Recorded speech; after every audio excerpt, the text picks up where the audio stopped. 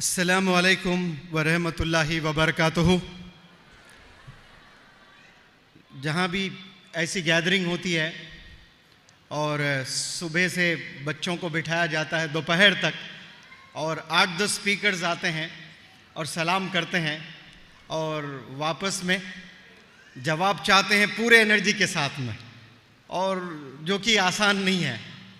1 घंटे के लिए अगर पब्लिक गैदर होती है तो उनमें वो enthusiasm, excitement, energy, passion, interest, ये सारी चीज़ें होती हैं।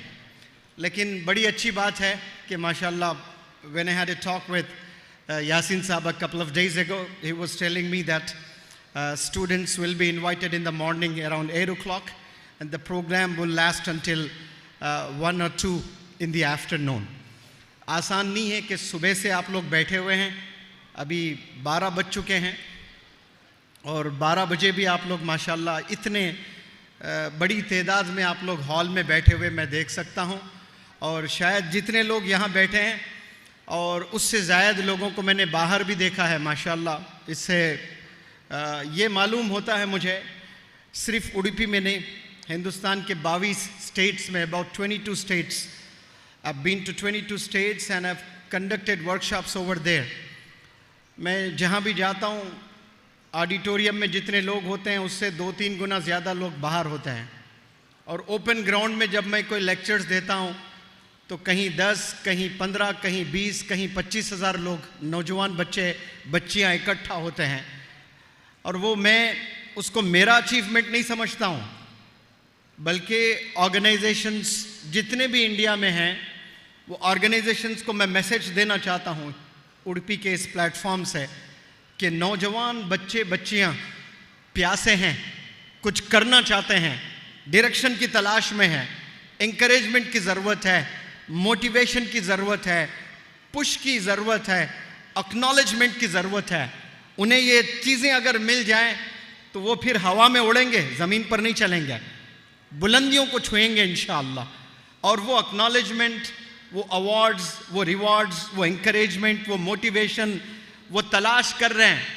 ये यहाँ की जो गैदरिंग ये सबूत है, आज ये आवाज़ देती है कि ये लोग प्यासे हैं, इन्हें मोटिवेशन की ज़रूरत है, इन्हें पुश की ज़रूरत है। और ये मोटिवेशन, ये पुश, ये एक्नॉलेजमेंट ये किन्हें देना है? ये ऑर्गेनाइजेशंस को देने की ज़रूरत है। आप जाएं, बच्चों को, गरीब बच्चों को एक स्कूल का बैग दे दें, 2 रोटी दे दें, इससे लीडर्स नहीं डेवलप होंगे, इससे कम्युनिटी नहीं डेवलप होगी। उनको कंप्लीट डायरेक्शन देना है और डायरेक्शन दिखाकर डेस्टिनेशन तक पहुंचाना है। ये 2 बातें याद रख लें। एक ज़बरदस्त चीज़ है, अल्लाह इससे खुश होता है। मुसलमान के सक्सेस को देखकर हमें खुश होना चाहिए, हमें हसद नहीं करना चाहिए, हमें जेलस नहीं होना चाहिए। ये क्वालिटी हम सब ने डेवलप करना है। लेकिन अफसोस, हमने बहुत से चीज़ें बदली। हमने छोटे घर से बड़े घर में गए, हम छोटे मोहल्लों से बड़े मोहल्लों में गए, हम छोटे गांव से बड़े गांव में गए, हम बड़े गांव से बड़े शहरों में गए। हमने बहुत से चीज़ें बदली है लाइफ में। हम लोग जो कपड़े पहनते थे वो हम बदल दें, दूसरे ब्रांड पर आ गए। जो टूथपेस्ट हम यूज़ किया करते थे वो चेंज किया, आप नया अच्छे वाला टूथपेस्ट यूज़ कर रहे हैं। जो पहले हम शूज़ पहना करते थे वो अब नहीं पहन रहे हैं, ब्रांडेड शूज़ पहन रहे हैं। हर चीज़ हमने बदल दी। अगर कोई चीज़ हमने नहीं बदली ना, वो हमने सोच नहीं बदली है। हमने सोच बदलना है। जिस दिन आपने अपनी सोच बदल दी, समझना वहाँ से तरक्की शुरू हो चुकी है, आपकी आगाज़ कर चुके हैं आपने। आपने कोई चीज़ बदलना लाइफ में, नौजवान बच्चों याद रखें, आपने अपनी सोच को बदलना है। जितने बंदे सोच को बदलेंगे, पॉजिटिव हो जाएंगे, एक डायरेक्शन पर काम करेंगे, तो फिर डेस्टिनेशन आपके लिए बहुत आसान है। आज हमारे पास में डिज़ायर्स हैं, ड्रीम्स हैं, लेकिन डायरेक्शन नहीं है। नौजवान बच्चों, जो हॉल में हैं, जो बाहर बैठे हैं, स्क्रीन पर मुझे देख रहे हैं, मेरी आवाज़ को, मेरे बातों को बहुत गौर से सुनना। Everybody today has dreams and desires. Yes or no? Answer me please. I appreciate if you come up with a reply. Everybody today has dreams and desires? Yes or no? आवाज गूंजना चाहिए भाई, yes or no? लेकिन हमारे पास में direction नहीं है। हमारे पास dreams हैं, हमारे पास डिजायर्स हैं।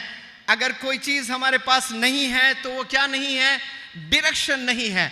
और उस डायरेक्शन के लिए हम रोजाना 5 वक्त की नमाज में न जाने कितनी दफा, फजर में हम 2 दफा, जोहर में हम 2 दफा, असर में हम 2 दफा, मगरिब में हम 2 दफा, इशा में हम 2 दफा सूरह फातिहा पढ़ते हैं। सूरह फातिहा में क्या दुआ करते हो आप? अल्लाह से बताओ मुझे। अल्लाह से डायरेक्शन की दुआ करते हैं, या अल्लाह हमें वो रास्ते पर चला जिस पर इनामात है, या अल्लाह वो रास्ते पर ना चला जिस पर तेरा गजब है। ये हम कहते हैं कि नहीं कहते हैं? तो अल्लाह ने सूरह फातिहा से मुसलमान कौम को, बल्कि मैनकाइंड को, दुनिया वालों को मैसेज दिया है। और रोज हमारे जुबान पर वो सूरह फातिहा होता है। हम नमाजों में कितनी दफा पढ़े हैं, लेकिन इसका मतलब ही नहीं पता है हमने। और ये अगर समझ गए इसको बहुत अच्छे से, और मैं यहाँ के उलमा हजरात को अदबन अंदाज में मैं बड़ी आजीजी से रिक्वेस्ट करता हूँ कि हर स्कूल गोइंग बच्चा, every school going girl, college going youngsters को सूरह फातिहा पर 1 घंटे का लेक्चर दीजिए। आप लोग तो 10 घंटे बात कर सकते हैं, मुझे मालूम है। आप 5 दिन भी बात कर सकते हैं सूरह फातिहा पर, लेकिन ऐसे ही गैदरिंग रखकर कोई अच्छे काबिले आलिम दीन से सूरह फातिहा पर 1 घंटे का लेक्चर दिलवाइए।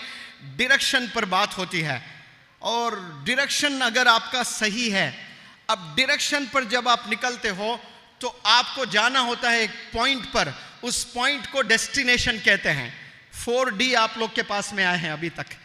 कितने? 4Ds। एक ड्रीम्स है, एक डिजायर्स है, वो आपने फुलफिल करना है तो आपके पास सही डायरेक्शन का होना बहुत ज़रूरी है।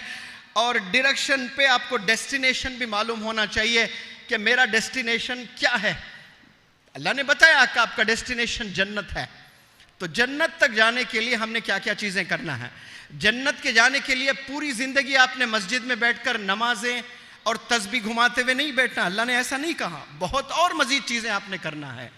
तो ये जो 4D पे मैंने बात किया, जिसमें पहले 2 Ds सबके दिलों में हैं। अगर 150 करोड़ लोग यहाँ जीते हैं और 800 करोड़ लोग अगर इस वर्ल्ड में रहते हैं, तो जहां तक मेरी नजरिए से मैं अगर आपको बताऊं तो 800 करोड़ में 700 करोड़ ऐसे लोग होंगे जिनके पास में ड्रीम्स हैं। वो अचीव करते हैं नहीं करते हैं ये अलग बात है, लेकिन ड्रीम्स और डिजायर्स हैं। लेकिन उन 700 करोड़ में मैं समझता हूं कि 95 से ज़ायद % लोग के पास में डायरेक्शन नहीं है और उन्हें डेस्टिनेशन ही नहीं पता है।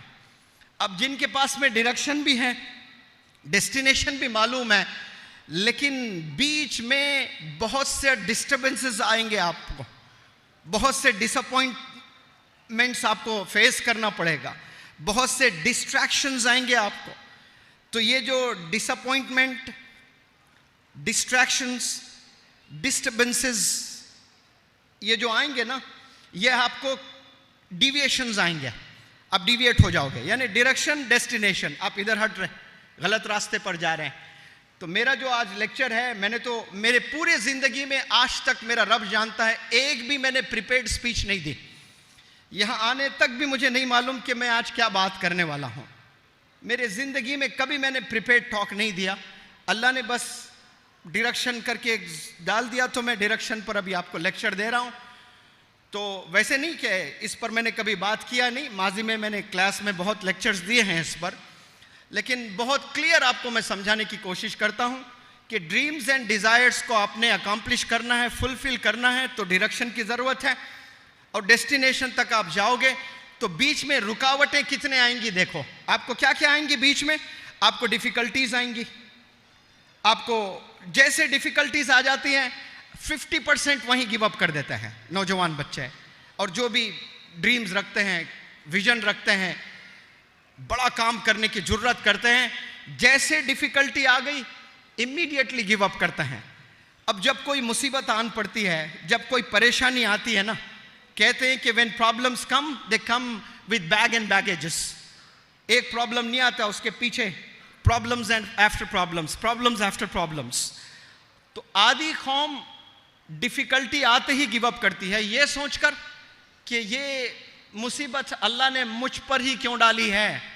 मेरे बहुत से दोस्त हैं, मेरे बहुत से कलीग्स हैं, बड़ी अच्छी ज़िंदगी गुजार रहे हैं, बड़ी खुश ज़िंदगी गुजर रही है उनकी, ये सब परेशानी मुझ पर ही क्यों है। अल्लाह से भी नाराज़ हो जाते हैं और अल्लाह से भी शिकवा करते हैं कि या अल्लाह मैंने किया क्या, मैं तो कोई गलत काम नहीं किया, तो फिर ये मुसीबतों में आपने क्यों डाला। बहुत से लोग ये सोचकर अपनी ज़िंदगी को गिव अप करते हैं और मेहनत करना छोड़ देते हैं, चलना छोड़ देते हैं, दौड़ना छोड़ देते हैं। लेकिन ऐसी सोच रखने वाले बंदों को जो डिफ़िकल्टीज़ आते ही गिव अप करते हैं ना, उनको डॉक्टर APJ कलाम साहब ने एक बड़ा बेहतरीन मैसेज दिया है।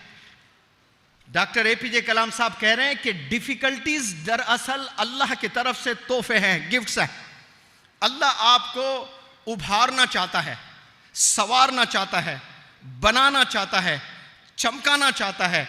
तो अल्लाह आपको मुसीबतों में डालेगा, अल्लाह आपको हार्डशिप्स में डालेगा, अल्लाह आपको चैलेंजेस में डालेगा। आप देखें, आप जाकर जिंदगियों को पढ़ें, तमाम प्रॉफिट्स के, they went through lots of hardships, lots of obstacles, lots of problems. सारे जितने प्रॉफिट्स आए हैं इस रूह ज़मीं पर, सब ने बहुत मुसीबतों को झेला है, बहुत प्रॉब्लम्स को देखा है, बहुत डिफ़िकल्टीज से गुजरे हैं। तो उन डिफ़िकल्टीज को और पिछले कई सारे जो सक्सेसफुल लोगों को, सक्सेसफुल प्रॉफिट्स को, उनके स्टोरीज पढ़कर डॉक्टर APJ कलाम साहब कहते हैं कि ये जो मुसीबतें हैं ये अल्लाह की तरफ से तोहफे हैं। मुझ पर कोई मुसीबत आती है, मैं डिसअपॉइंट हो जाता हूँ, मैं डिस्टर्ब हो जाता हूँ, मैं डिस्ट्रैक्ट हो जाता हूँ और मैं जाता हूँ कहाँ, डेस्टिनेशन है मेरा, लेकिन वो छोड़कर मैं जाता हूँ डिप्रेशन में। और डिप्रेशन में जो बंदा जाता है फिर वो वापस निकलना बहुत मुश्किल होता है। तो डिफ़िकल्टीज़ दरअसल अल्लाह की तरफ से तोहफे हैं, आपको संवारने के लिए, चमकाने के लिए, उभारने के लिए, बनाने के लिए। हर इंसान में गज़ब गज़ब गज़ब गज़ब करने की एबिलिटी है, लेकिन हमने पहचाना नहीं उसको। मैं ऑलमोस्ट हर एक पोडियम से, हर एक प्लेटफॉर्म से कहने की कोशिश करता हूँ कि हम लोग दो बहुत बड़े गलतियाँ करते हैं। एक, हमने आज तक खुदा को नहीं पहचाना है, और दूसरी जो बड़ी गलती करते हैं, हमने खुद को नहीं पहचाना है। खुदा को नहीं पहचानने का मतलब ये नहीं कि अल्लाह को नहीं जानते आप। खुदा को नहीं पहचानने का मतलब ये है खुदा की ताकत को आपने नहीं पहचाना, खुदा की बरकत को आपने नहीं पहचाना, खुदा की रहमत को आपने नहीं समझा, खुदा की अज़मत को आपने नहीं समझा कि अज़मत होती क्या है, बरकत होता क्या है, रहमत क्या होता है। इतने लोग जो जी रहे हैं, इतने जो एनिमल्स हैं, इंसान की आंखों ने अभी तक ऐसे परिंदों को देखा ही नहीं, ऐसे जानवर को देखा ही नहीं, वहाँ तक हमारी नज़र गई नहीं। उन तक अल्लाह सुब्हानहू तआला का करम है, उनको पानी मिल रहा है, उनको खाना मिल रहा है, माशाअल्लाह। अब ये सारी जो चीज़ें हैं आप देखें, ये अल्लाह का करम है। मैं कुछ दिन पहले मेरा टूर था अफ्रीका के, 3-4 कंट्रीज़ में मेरे लेक्चर्स थे। तो जंगलात में भी जाने का एक अल्लाह की तरफ से एक अपॉर्चुनिटी मिली। हम लोग तो यहाँ कुत्तों से भी डरते हैं, लेकिन वहाँ ओपन जीप में हम सब लोग जा रहे हैं, ओपन जीप में हम सवार हैं। तो 10-10, 20-20, 40-40 फीट दूर पर हमने तमाम जानवरों को देखा है। एक ऐसा स्पॉट था जहाँ पर हमारी गाड़ी रुकी, ओपन है, खुली जीप है, 14 शेर बैठे हुए हैं। कितने? 14 शेर, कितनी? 40 फुट पर, एकदम खुले। और वहाँ से बस उस कॉर्नर पर बमुश्किल थोड़ी दूर पर कम से कम 200 हरन हैं, और ये आराम से बैठे हुए हैं।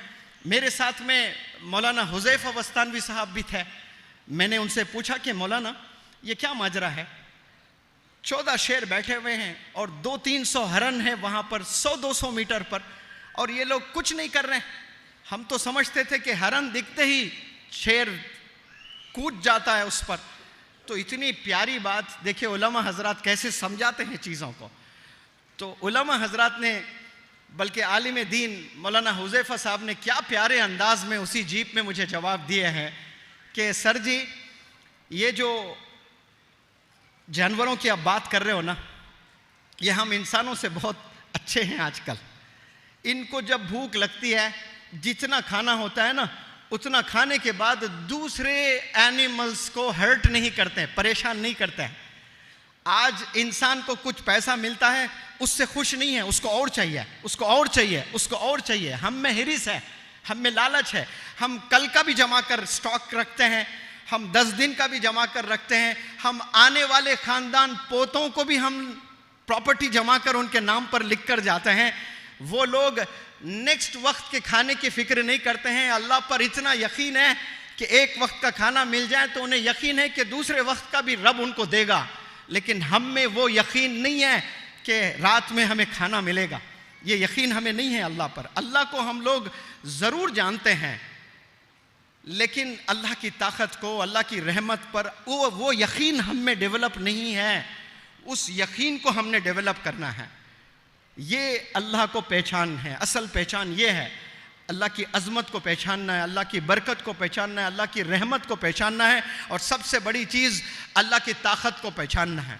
कुरान की एक आयत है, वह मकरू मकर अल्लाह वल्लाहु खैरुल माकिरीन। आप प्लान करते हैं और अल्लाह भी प्लान करता है। The power of all powers, the king of all Kings. आप पर साजिशें रचते हैं तो आपको यकीन होना चाहिए कि मेरे साथ रब है, he is the best planner. तो उस प्लानर से रुजू होना आपने, उस अल्लाह से मांगना आपने कि या अल्लाह, मैं मासूम हूँ, मैं बेगुनहगार, मुझसे कोई गुनाह नहीं हुआ है, हज़ारों लोग साजिशें रच रहे हैं मुझ पर, तो इंसाफ करने वाला बादशाह है। हज़ारों लोग साजिशें कर रहे हैं, प्लानिंग कर रहे हैं, लेकिन तू बेस्ट प्लानर है, मैं तुझसे इंसाफ मांगता हूँ। ये यकीन हमें होना चाहिए। उसको कहते हैं कि खुदा को पहचानना। और दूसरी चीज़ मैंने बताई, खुद को पहचानना। हमने अभी तक हमने पहचाना नहीं कि हम कौन है, हम में कितनी ताकत है, हम क्या क्या चीज़ें कर सकते हैं, और आज तक हमने किया क्या।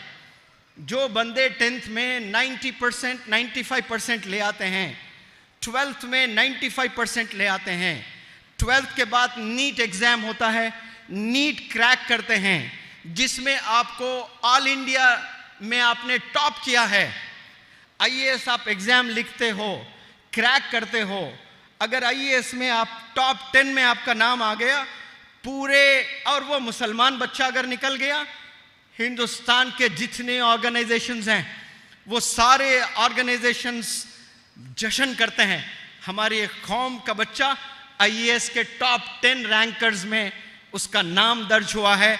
लेकिन मुनव्वर जमा को जरी भी खुशी नहीं होगी उससे। क्यों? वो अचीवमेंट है, वो हमारा सक्सेस नहीं है, वो खुद का अचीवमेंट है। वो एक अच्छा IAS ऑफिसर बनकर कौम को अगर वो इंसाफ देता है और कौम को बनाता है जो वो बना, उस हुनर दूसरों को भी सिखाता है, तो उसका नाम सक्सेस है। ये तो सिर्फ अचीवमेंट हुआ है। आप डॉक्टर बने, ये आपकी कामयाबी है। आप इंजीनियर बने, ये आपकी कामयाबी है।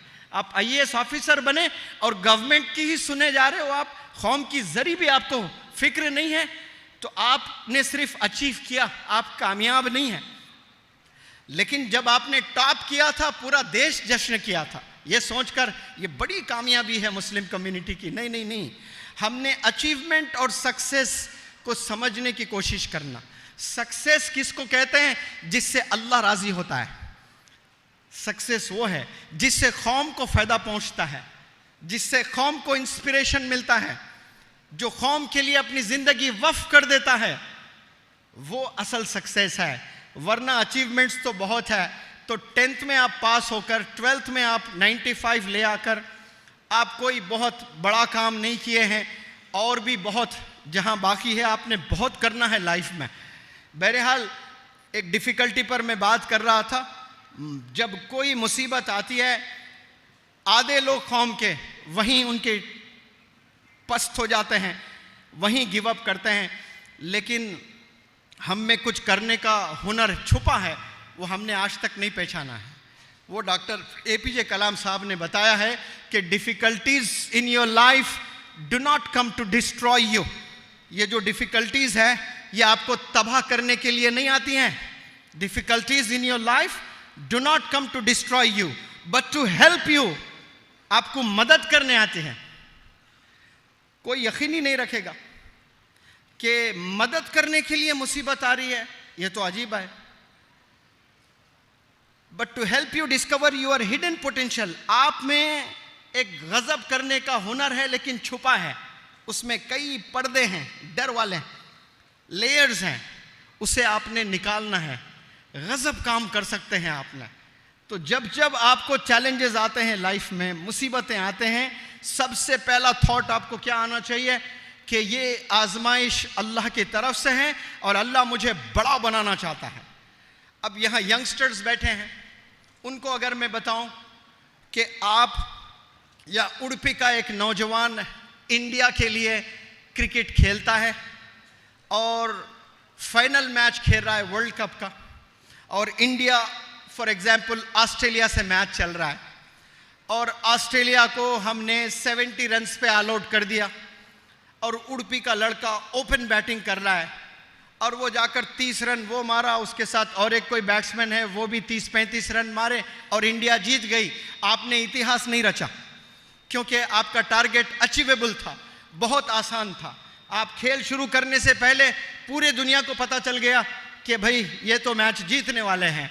लेकिन इमेजिन करें कि ऑस्ट्रेलिया ने 350 रन मारे हैं और इंडिया को वो टारगेट अचीव करना है और 5 जो बल्लेबाज होते हैं असल बेहतरीन, वो 5 बल्लेबाज आउट हो चुके हैं और उडुपी का एक बॉलर है, स्पिनर है, लेकिन उसको बैटिंग भी आती है और वो 70 रन पर 5 विकेट चले गए और दुनिया सब समझ चुकी कि अब यहां से इंडिया जीत नहीं सकती।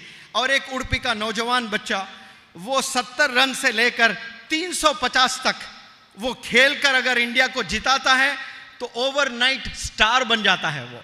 क्यों? उसने चैलेंजेस को झेला है, उसने प्रेशर को झेला है, उसने टारगेट अचीव किया है। तो जो प्रेशर को झेलता है, चैलेंजेस को एक्सेप्ट करता है और टफ सिचुएशन में अपनी टीम को जिताता है तो वो स्टार बनता है। तो जब टफ सिचुएशंस आते हैं, मुश्किल आपको लगता है, उसी वक्त में आपने ज्यादा मेहनत करके अपने टारगेट को अचीव करना, आप ऐसे स्टार बनोगे, जनरेशंस आपको याद रखेगा। वो आप गुजर जाओगे लाइफ से, आपका इंतकाल भी हो जाएगा, आने वाली नस्लें भी आपके काम को याद रखेंगी इंशाअल्लाह। कुछ ऐसा काम करके हमने मरना है, छोटे छोटे चीज़ें अचीव करके हमने नहीं जाना है दुनिया से, बहुत बड़े चीज़ें हमने अचीव करना है। और इन बड़े चीज़ों को अचीव करने में आपको ये डिफ़िकल्टीज़ आएंगे, डिस्ट्रैक्शंस आएंगे, डिसअपॉइंटमेंट्स आएंगे और बहुत से रुकावटें आएंगी आपको, लेकिन आपने हिम्मत कभी नहीं हारना। क्रिटिसिज्म से हम डरते हैं, इतना डरते हैं क्रिटिसिज्म से कि काम करना ही छोड़ते हैं। लेकिन क्रिटिसिज्म पर यूनाइटेड किंगडम का पहला प्राइम मिनिस्टर विंस्टन चर्चिल ने एक बहुत प्यारी बात बताई। आपने कहा you will never reach your destination. मैं डेस्टिनेशन की बात कर रहा था ना, मंजिल तक। आप अपने मंजिल तक कभी नहीं पहुंच पाओगे। ये जो पहली लाइन है, ये एंकरेजिंग लाइन है या डिस्करेजिंग लाइन है, कोई बता पाएंगे? आपको समझ आ रहा है जो मैं बोल रहा हूं? बॉयज एंड गर्ल्स में कौन जवाब देंगे? आपने ये लाइन पढ़ा कि you will never reach your destination, ये एंकरेजिंग लाइन है या डिस्करेजिंग लाइन है? डिस्करेजिंग लाइन है। लेकिन दूसरी लाइन में वो समझाते हैं आप अपनी मंजिल तक कभी नहीं पहुंच पाओगे, और वो समझा रहे हैं हमें कि क्यों नहीं पहुंच पाओगे। उसका रीजन है उनके पास में। वो बता रहे हैं कि if you stop and throw stones at every dog that barks, अगर आप हर बंदा जो आपको क्रिटिसाइज करता है, आप पर इल्जाम लगाता है, आप पर साजिशें रचता है, आपको बदनाम करता है, उन सारे लोग को अगर आप जवाब देते जाओगे कि भाई मैं मासूम हूं, मैं इनोसेंट हूं, मुझसे कोई गलती नहीं हुई, ये काम करते हुए आप जाओगे, कभी जिंदगी में अपनी मंजिल तक नहीं पहुंच पाओगे। इससे साफ मैसेज मिलता है कि जिसके पास में ड्रीम्स हैं और जिसके पास में डायरेक्शन है और जिसको मालूम है अपना डेस्टिनेशन, और बीच में बहुत से रुकावटें क्रिटिसिज्म के जरिए से, एलिगेशंस के जरिए से, कंस्पिरेसीज के जरिए से आपको अगर बदनाम किया जा रहा है ना, तो आपने सबको जवाब देते हुए नहीं जाना है, कभी अपने मंजिल तक नहीं पहुंच पाओगे आप। आपको अल्लाह ने कान दिया जरूर, लेकिन अल्लाह ने 2 कान दिया, एक से सुनकर एक से आपने निकाल देना है. You have to turn a deaf ears to such allegations and to such blames. आपको नज़रअंदाज भी करना सीखना चाहिए.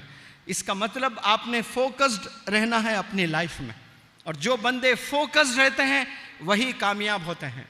जो अपने फोकस से ज़रा भी डिविएट होते हैं, खलास समझ जाए वहाँ से उसकी हार शुरू हो गई, वहाँ से गिरना शुरू हो जाएगा. आज जो यंगस्टर्स हैं, they are not focused. They have dreams and desires. They want to become engineers, doctors, chartered accountant, scientist. बनना तो सब चाहते हैं, लेकिन फोकस नहीं है. कल भी मेरा लेक्चर HIF इंडिया वालों ने मैंगलोर में करवाया था. माशाल्लाह बड़ी तादाद में यंगस्टर्स वगैरह आए थे. वहाँ भी मैंने एक बात रखी थी, और मैं यहाँ भी आपके इल्म में ये बात ले आना चाहता हूँ.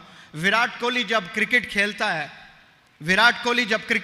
है और अहमदाबाद के स्टेडियम में खेलता है, जहाँ 1,30,000 लोग बैठे रहते हैं, और उसमें उसकी बेगम भी बैठी है, या फिर शुभम गिल बैठा है, खेल रहा है, 1,30,000 लोग हैं, जो इंडिया पहले से शुभम गिल को एंटाइस कर रही है कि देखो सारा आई है, सचिन तेंदुलकर की बेटी आई है, उसको प्रपोज कर दीजिए. यानी और कुछ हुआ ही नहीं, कौम शादी कर दी उसके. अब बस पेपर में न्यूज़ आना है कि ऑलरेडी वो लोग को बच्चे भी हो गए हैं. इतना लोग जो है रूमर्स चलाते हैं. अब से फॉर एग्जाम्पल, अब शुभमन गिल खेल रहा है और 1,30,000 लोग बैठे हुए हैं. उसमें सचिन तेंदुलकर की बेटी, क्या पता होने वाली उसकी बेगम, वो भी बैठी हुई है, और वो खेल रहा है.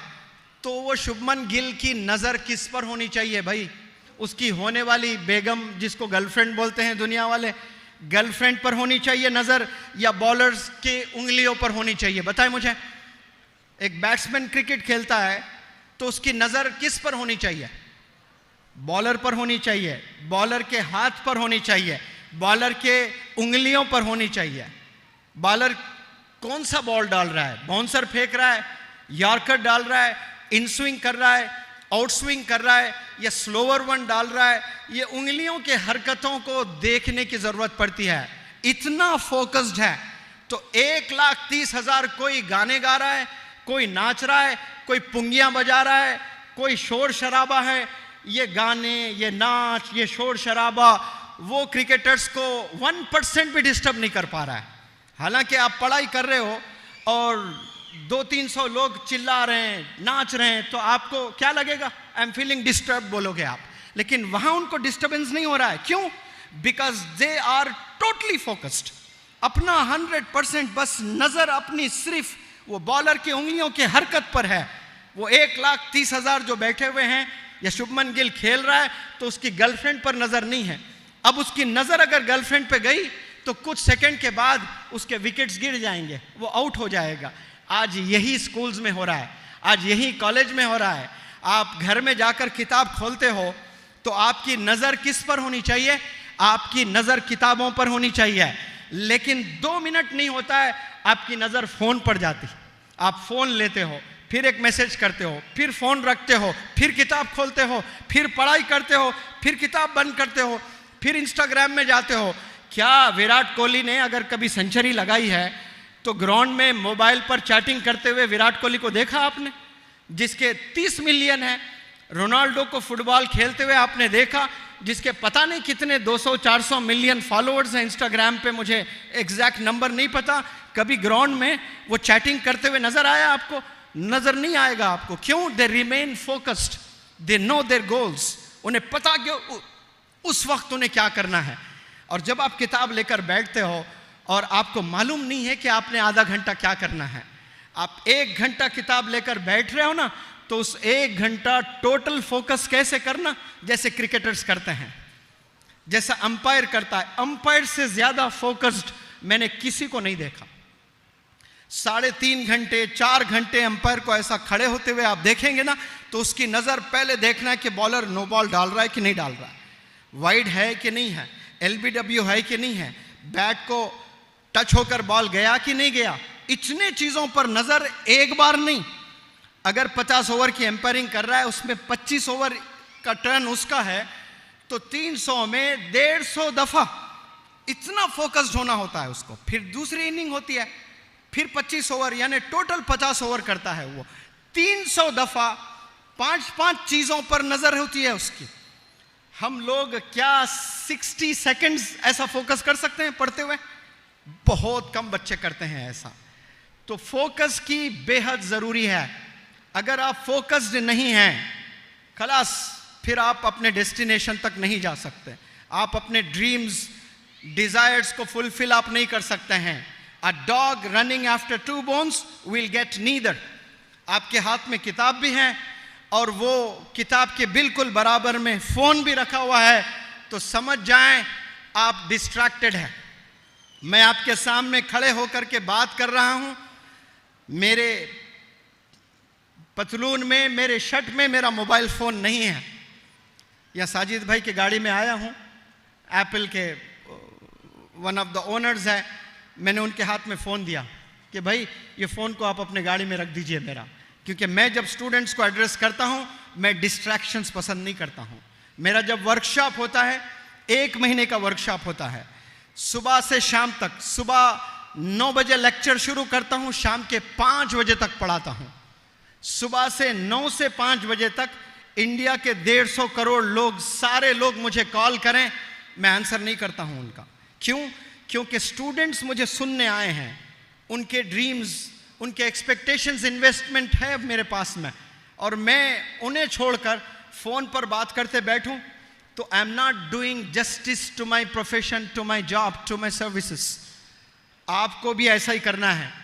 किताब हाथ में है और साथ में फ़ोन भी है, you are never gonna accomplish your dreams. कभी आप एक काबिल, एक इनोवेटिव, एक क्रिएटिव इंजीनियर नहीं बन सकते हैं। इंजीनियरिंग की सर्टिफिकेट तो मिल जाएगी, इंजीनियरिंग डॉक्टर की सर्टिफिकेट तो मिल जाएगी, लेकिन एक विजन नहीं आएगा। जैसे डॉक्टर साहब, तहा साहब बैठे हुए हैं, ये अभी मैं बता रहा था, ये बेंगलुरु के, लेकिन हैदराबाद में भी मशहूर है। क्यों मशहूर है भाई? क्योंकि ये अल्लाह के बंदे के सीने में दर्द है, विजन है कम्युनिटी को लेकर। सिर्फ एक कैबिन कन्फाइंड डॉक्टर नहीं है। Otherwise there are many doctors in India and across the globe.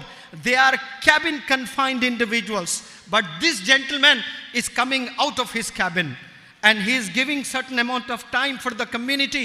ये और मेडिसिन के अलावा और कुछ काम करने की जरूरत रखते हैं।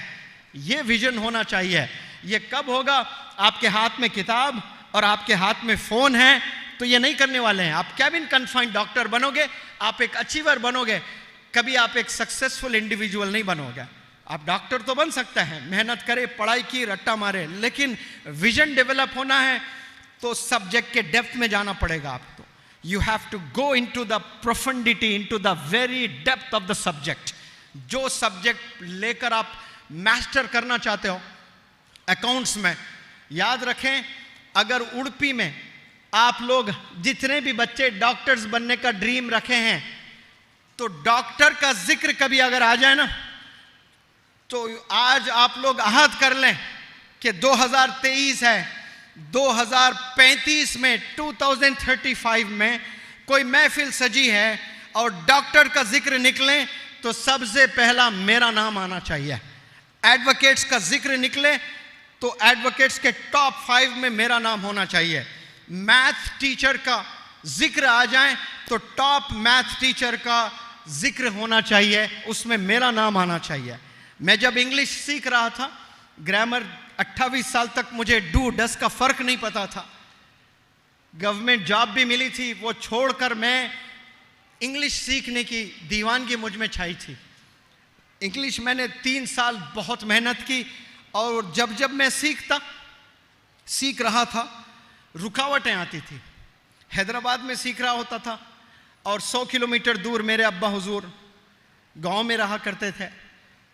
उनको अगर चींटी भी काट लेती ना तो मैं दौड़ते चला जाता था। वो कई दफ़ा बीमार हुए, ठीक हुए, बीमार हुए, ठीक हुए, पैरालाइज थे, फिर रिकवर करते थे। वो गरीबों की बहुत मदद किया करते थे।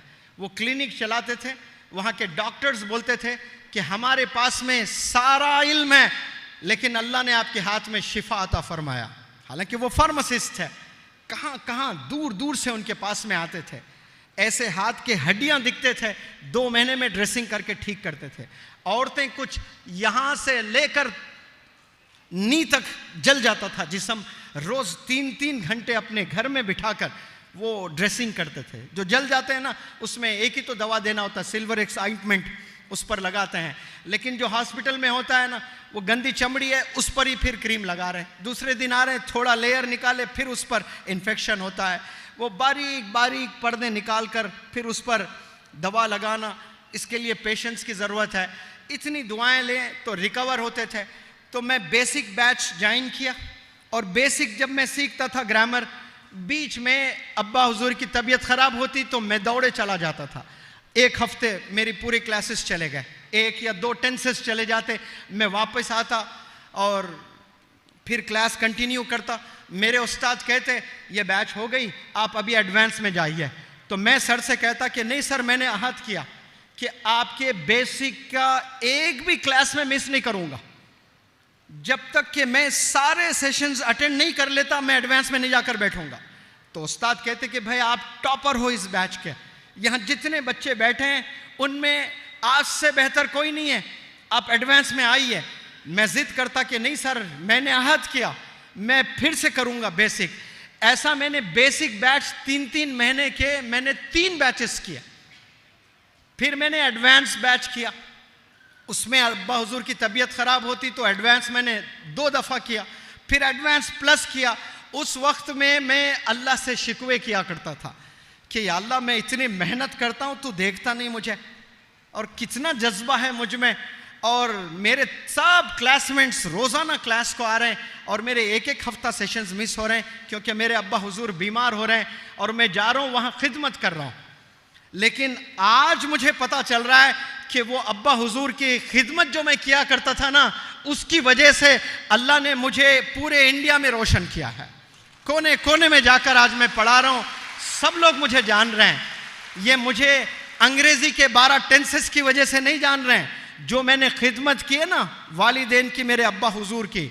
तो आप होंगे डॉक्टर, आप होंगे इंजीनियर, आप होंगे बड़े बिजनेस एंटरप्रेन्योर। जब आपके अब्बू बीमार हो जाते हैं, दुनिया को छोड़कर अब्बू के खदमों में बैठना जाकर आपने, एक वक्त आएगा सूरज की तरह चमकोगे इस दुनिया में इंशाअल्लाह, क्योंकि इसकी प्लानिंग कोई दुनिया वाले नहीं करेंगे, इसकी प्लानिंग आसमानों में अल्लाह सुब्हानहू तआला करेगा वहां से।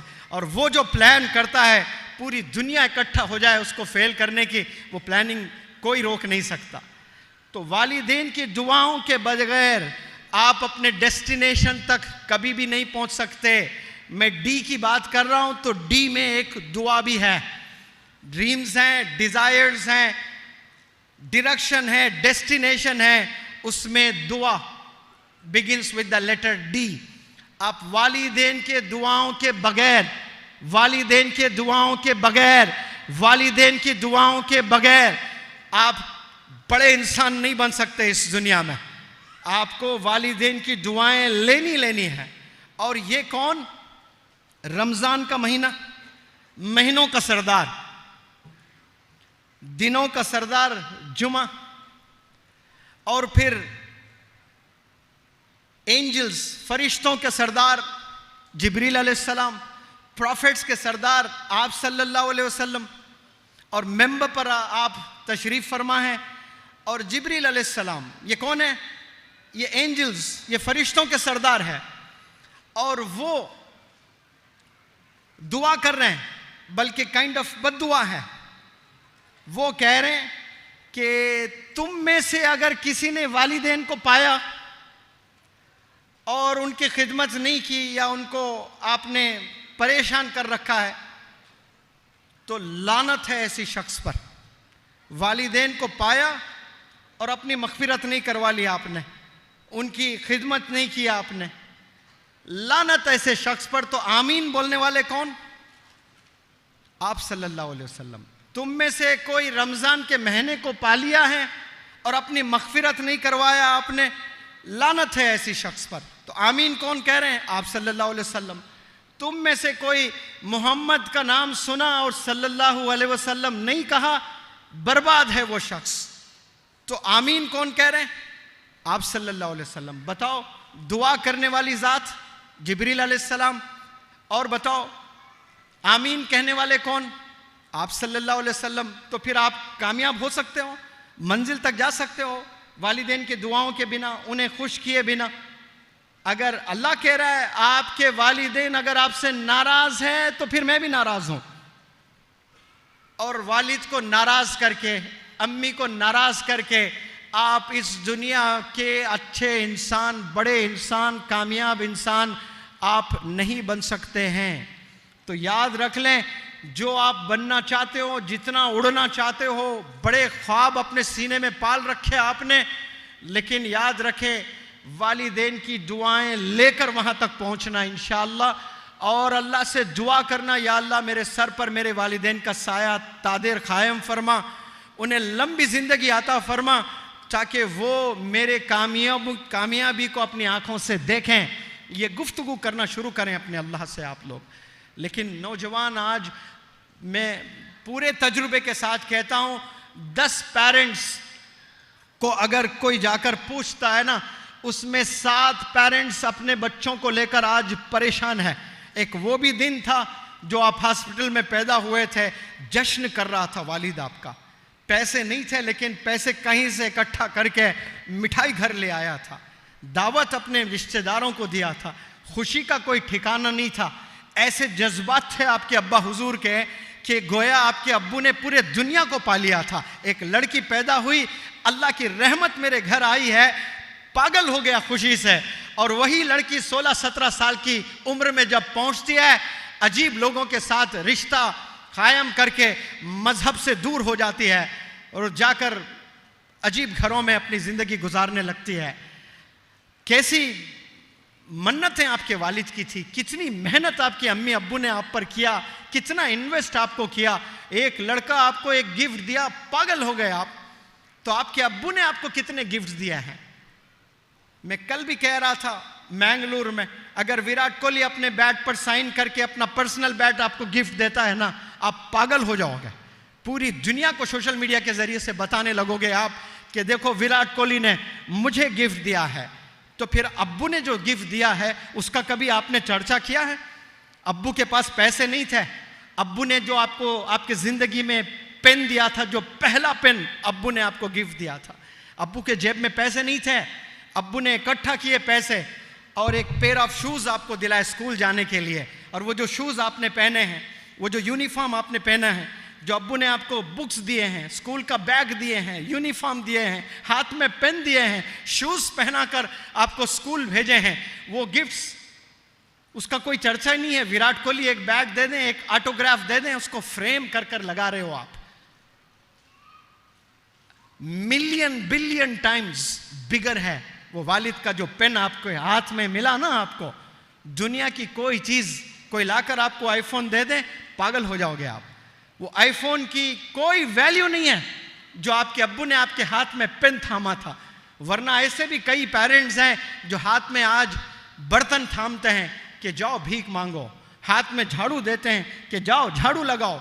आपके हाथों में आपके अब्बू ने झाड़ू नहीं थमाया, आपके हाथों में आपके अब्बू ने बर्तन नहीं, भीख मांगने का बर्तन नहीं दिया है, आपके हाथों में आपके अब्बू ने स्कूल बैग दिया है और देकर कहा कि मेरे लाल सूरज जैसा चमकना, एक दिन मेरा नाम रोशन करना, मैं जी जान लगा दूंगा बेटा।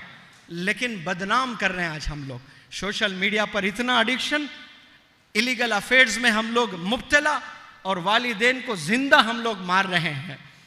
और वो जो जिंदा मार रहे हैं ना, उनको मैं क्या कहता हूं, साइलेंट किलर्स कहता हूं। ऐसी हरकतें नौजवान बच्चे बच्चियां कर रहे हैं जिससे रोज वालिदैन सोच सोच कर डिप्रेशन में जा रहे हैं। उनको थायराइड आ जा रहा है, उनको ब्लड प्रेशर आ जा रहा है, उनको डायबिटीज आ जा रहा है, उनको अजीब अजीब बीमारियां आ रही हैं जिन्हें 70 साल में जाके मरना है, उनको आपने जवानी 40 साल में मार रहे हो। और मारने वाले कौन है? खुद के बच्चे मार रहे हैं। मार किससे रहे? छुरे से नहीं, तलवार से नहीं, गन से नहीं मार रहे हो उन्हें, आप अपनी हरकतों से मार रहे हो, अपनी कैरेक्टर से मार रहे हो। अपने कैरेक्टर को संवारना आपने, भले आप 95 मार्क्स लाए ना लाए, अपने कैरेक्टर को क्लीन रखें। कैरेक्टर पर मैं दो पर्सनैलिटीज का जिक्र करना चाहूँगा। एक इंडिया की पर्सनैलिटी स्वामी विवेकानंदा जी। एक ब्रिटिशर ने स्वामी विवेकानंदा से कहा, why don't you wear good clothes and look like a gentleman? आप अच्छे कपड़े क्यों नहीं पहन लेते और एक जेंटलमैन की तरह क्यों नहीं दिखते? तो पता है स्वामी विवेकानंदा ने क्या कहा? इन यूर कल्चर, आपकी कल्चर में, in your culture a tailor makes one gentleman. आपके कल्चर में एक दर्जी, एक टेलर एक इंसान को जेंटलमैन बना देता है, लेकिन भारत देश में और भारत देश के कल्चर में हमारा कैरेक्टर हमें बुलंद करता है, जेंटलमैन बनाता है। In our culture our character makes us gentleman. अपने कैरेक्टर को संवारना है, अपने कैरेक्टर को बनाना है। और दूसरी जो पर्सनैलिटी है जिस पर दुनिया मर मिटती है, जिस पर दुनिया फिदा है, जिस पर सारे प्रॉफिट्स आदम अलैहिस्सलाम से लेकर ईसा अलैहिस्सलाम तक फिदा है, और वो है मोहम्मद सल्लल्लाहु अलैहि वसल्लम। जब मैसेज आया अल्लाह सुब्हानहू तआला का कि ये जो प्यारा दीन है इसको आपने फैलाना है दुनिया में, तो पहले अपने घर वालों को दीन सिखाओ। तो अल्लाह ने, आप सल्लल्लाहु अलैहि वसल्लम ने अपने घर वालों को दीन सिखाया। फिर कुछ दिनों के बाद मैसेज आता है, अब अपने फैमिली मेंबर्स को दीन सिखाओ। तो आप सल्लल्लाहु अलैहि वसल्लम ने अपने फैमिली मेंबर्स में दीन को फैलाया। फिर अब मैसेज आया, अब छुप छुप कर आपने तबलीग नहीं करना है, छुप छुप कर दीन को नहीं फैलाना है, अब आपने आम करना है, अवाम में जाना है, अब खुलकर आपने दीन को फैलाना है। तो वहाँ आप सल्लल्लाहु अलैहि वसल्लम पहाड़ पर जाते हैं, सफ़ा माउंटेन पर खड़े होते हैं, सब मक्के में लोगों को इकट्ठा करते हैं, और इकट्ठा कर कर होना तो ये चाहिए था कि सीधे सीधे दीन की दावत दे देते आप सल्लल्लाहु अलैहि वसल्लम, क्योंकि अल्लाह का कमांड है। सीधे सीधे आपने दीन की दावत नहीं दी, आपने खुद का इम्तिहान लिया, आपने खुद का टेस्ट लिया। आपने आवाम से पूछा, how did you find me all these days? English में नहीं, अरबी में पूछा कि इन दिनों आपने मुझे कैसे पाए हो? इकट्ठा आवाज गूंजे कि हमने आपको सादिक अल अमीन पहचाने हैं, आप सबसे सच्चे और सबसे ईमानदार हैं। वहां खुश नहीं हुए। मुनव्वर ज़मा की कोई तारीफ करेगा आकर तो मैं खुश हो जाऊंगा, आपकी कोई तारीफ करेंगे तो आप खुश हो जाओगे। आप सल्लल्लाहु अलैहि वसल्लम खुश नहीं हुए, क्योंकि इकट्ठा मिलकर अवाम मक्के की बोली कि आप सादिक अल अमीन हैं, आप झूठ नहीं बोलते हैं, आप ईमानदार हैं। एंड प्रोफेट मोहम्मद सल्लल्लाहु अलैहि वसल्लम was not satisfied with the answer. दूसरा सवाल किया, अगर मैं कहूं आपसे कि पहाड़ के पीछे दुश्मन का लश्कर है और आप पर अटैक करने के लिए तैयार है, क्या मेरी इस बात को आप मानोगे? तो इकट्ठा फिर से अवाम ने कहा कि हाँ, हम आपकी बात को जरूर मानेंगे, आपके मुबारक मुंह से हमने कभी जिंदगी में झूठ कहते हुए नहीं सुना है। तो पहले आपने अपनी जात को रखा, फिर उसके बाद अपनी बात को रखा, अल्लाह की बात को रखा। तो अल्लाह की बात को रखना है अगर दुनिया में, तो पहले क्या किया आप सल्लल्लाहु अलैहि वसल्लम ने? अपनी जात को रखा आवाम में। यानी साफ मैसेज दुनिया वालों के लिए है, दीन पर आप चलना चाहते हो, तबलीग करना चाहते हो, दावत आम करना चाहते हैं लोगों में, इल्म से आप नहीं कर सकते। आप हाफिज होकर, आलिम होकर या अच्छे इंसान होकर नहीं, आपको हाफिज भी बनना है, आलिम भी बनना है, या कुछ भी बनना चाह रहे हैं वो बने, लेकिन अपने किरदार को भी बनाने की ज़रूरत है, अपने ज़ात को यानी अपने कैरेक्टर को बनाने की ज़रूरत है। तो सबसे पहले अपने कैरेक्टर को क्लीन करें। बुलंदियों पर नहीं जाने वाले हैं हम लोग। इल्म तो शैतान के पास भी था, लेकिन अल्लाह ने क्या सज़ा दी? अल्लाह के हुक्म पर नहीं चला। इसलिए मैं कहता हूँ, हम अल्लाह को ज़रूर मानते हैं, लेकिन अल्लाह की नहीं जानते हैं, अल्लाह की नहीं मानते हम लोग। सबसे मैं अगर पूछूं कि आप अल्लाह को मानते हैं, सब जवाब देंगे हाँ, हम अल्लाह को मानते हैं। दूसरा सवाल अगर मैं करूं कि आप अल्लाह की मानते हो, वहां खामोश हो जाना पड़ता है, वहां अल्लाह की नहीं मानते हम लोग। तो को और की में बहुत फर्क है। को मानने में कमाल नहीं है, की मानने में कमाल है। की मानना है। आप ये जो बुर्का पहनकर जो लड़कियां बैठी हैं, आप ये अपने अब्बू, अपने अम्मी और या फिर यहाँ के सिस्टम की वजह से पहनी है, तो आपको सवाब नहीं मिलेगा।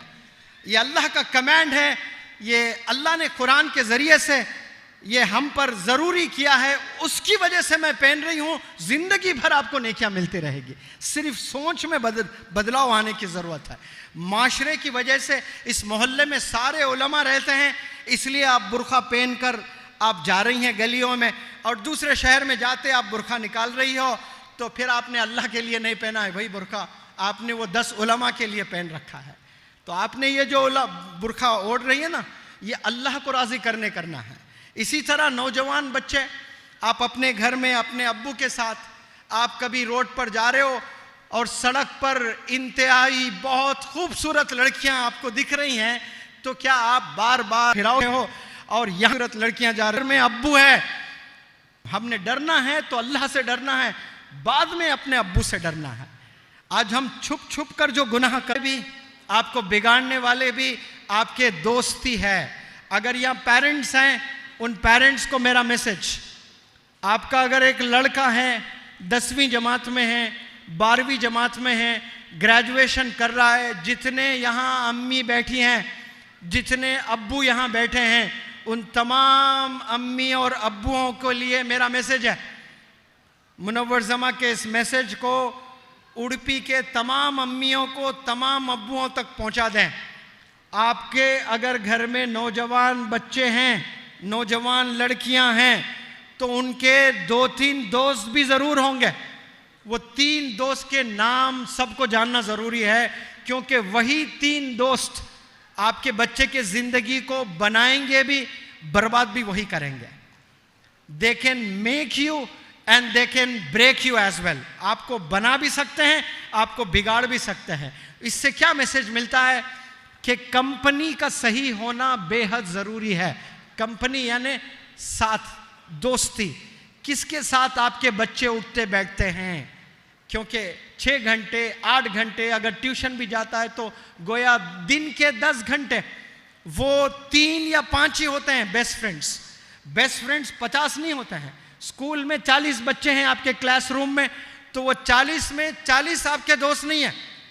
आपके बच्चे ने 40 बच्चों से दोस्ती नहीं कर रखी है, आपके बच्चों ने सिर्फ 3 से दोस्ती कर रखी है, और वही 3 आपके बच्चे को आबाद भी कर सकते हैं और वही 3 आपके बच्चे को बर्बाद भी कर सकते हैं।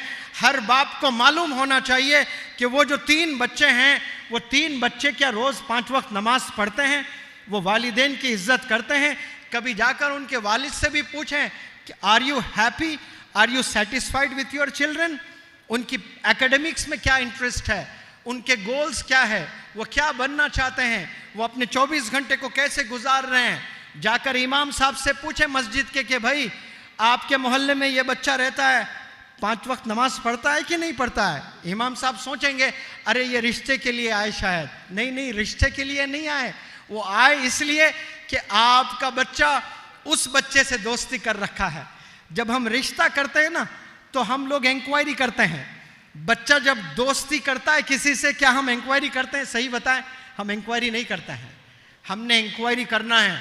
लड़कियां लड़के जिनसे भी दोस्ती कर रहे हैं, हमने इंक्वायरी करना है, देखना है कि वो गॉड फियरिंग है या नहीं है, वो पेरेंट्स को रेस्पेक्ट करता है कि नहीं है, वो एकेडमिक्स में उसका इंटरेस्ट है या नहीं है, वो स्कूल में आकर फ्रंट रोस में बैठकर टीचर को रेस्पेक्ट करता है या नहीं है। अगर जवाब नो नो नो आ रहे हैं, तो आपने दूर करना है अपने बच्चे को उन बच्चों से, तब जाकर वो डेस्टिनेशन तक पहुंच पाएंगे। वरना वो जो 2 साल होते हैं ना 11th 12th के, पूरे बर्बाद हो जाएंगे। और उसके बाद आप 1000 मोटिवेशनल स्पीकर्स के पास ले जाएं, 1000 स्कॉलर्स के पास ले जाएं, पूरा बर्बाद हो चुका होता है। वो ड्रग्स में इन्वॉल्व हो जाता है, वो पॉर्न मूवीज़ का एडिक्शन हो जाता है, और वो पता नहीं क्या क्या गंदी आदतें उसमें आ जाती है। सारे चीज़ों से बच सकते हो आप, लेकिन ड्रग्स में अगर कोई इन्वॉल्व है, अगर एक लड़का क्रिकेट मैच का आदी है, रोज़ाना ग्राउंड में गुजार रहा है, कोई भी एक मोटिवेशन देने वाला मेरे जैसा बंदा, डॉक्टर तामतीन साहब जैसे बंदे के पास काउंसलिंग के लिए लाए, काउंसलिंग करके उसको उस आदत से छुटाया जा सकता है। कोई बंदा सोशल मीडिया पर एडिक्टेड है, तो उस एडिक्शन से उसको बचाया जा सकता है। कोई इश्कबाजी में इन्वॉल्व है, पढ़ाई छोड़ दिए, पागल है, उसको भी काउंसलिंग करके इश्कबाजी से बचाया जा सकता है। जितने एडिक्शंस हैं ना, वो सारे एडिक्शन से आपको निकाला जा सकता है। लेकिन ड्रग्स एक ऐसी बला है जिसमें 3-4 साल अगर आपका बच्चा इन्वॉल्व है तो वहां से उसको वापस ले आना नामुमकिन जैसी बात है। अगर कोई आ जाए अलग बात है, लेकिन सिर्फ वो एक बर्बाद नहीं हो रहा है। वो किसी से शादी करेगा, अपनी बीवी को टॉर्चर करेगा। एक तो अपने 2 वालिदैन को टॉर्चर कर रहा होता है, बीवी को सता रहा होता है, फिर 2 साल 3 साल 5 साल में उसको 2-3 बच्चे होते हैं, बच्चों को तरबियत करने लायक नहीं होता है। इसका मतलब वो सिर्फ बर्बाद नहीं हो रहा है, आने वाली नस्लों को भी वो बर्बाद कर देगा। ये ड्रग्स में आज इतने मुसलमान बच्चे इन्वॉल्व है। मैं इन वर्कशॉप्स करता हूं और इन वर्कशॉप्स में 200 बच्चे कमोपेश इंडिया से आते हैं पढ़ने के लिए, जिसमें 10 से 15 बच्चे ड्रग एडिक्टेड होते हैं। और ये 15 बच्चों में 10 बच्चे सिर्फ कर्नाटका के स्टेट के होते हैं और 5 इंडिया के मुख्तलिफ स्टेट्स के होते हैं। यानी इस स्टेट में इतना फैल चुका है। आप अपने बच्चे को कभी इनोसेंट ना समझें। कोई मोटिवेशनल स्पीकर कहता है कि भाई अपने बच्चों को फ्रेंडली बिहेव करो, उन्हें डांटो नहीं, उन पर शक मत करो, उनको आज़ादी दो, उन पर नज़र मत रखो, ये नया ज़माना है। ये सब बकवास चीज़ें हैं भाई। आप बाप नज़र नहीं रखेगा, बाप तरबियत नहीं करेगा तो क्या प्राइम मिनिस्टर तरबियत करेगा, एमएलए तरबियत करेगा, या आईएएस ऑफिसर शहर का कलेक्टर तरबियत करेगा आपके बच्चे की? आपके बच्चे की तरबियत आपने करना है, नज़र आपने रखना है। गवर्नमेंट नज़र नहीं रखेगी आपके बच्चों पर, आपने नज़र रखना है। अल्लाह ने 2 आंख दी हैं, एक आंख से मोहब्बत करें, एक आंख नज़र रखें कि मेरा बच्चा कहीं गुनाह तो नहीं कर रहा है।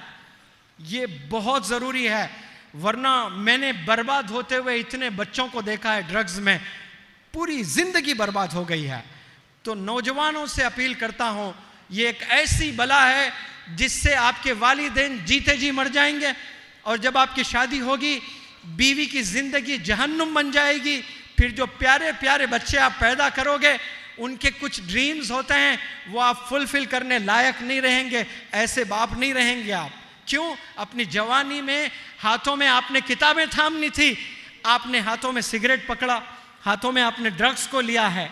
जो बंदों के हाथ में किताबें होनी चाहिए, उन हाथों में अगर फोन्स हैं, उन हाथों में अगर सिगरेट्स हैं, उन हाथों में अगर गुटखा है, उन हाथों में अगर शराब की बोतलें हैं, उन हाथों में अगर ड्रग्स हैं, तो समझें कि वो जीते जी अपने वालिदैन का कत्ल कर रहे हैं, होने वाली बीवी का कत्ल कर रहे हैं, अपने बच्चों का कत्ल कर रहे हैं और आने वाली नस्ल का कत्ल कर रहे हैं। यहाँ से आप फिर वापस नहीं आ सकते। You can not bounce back.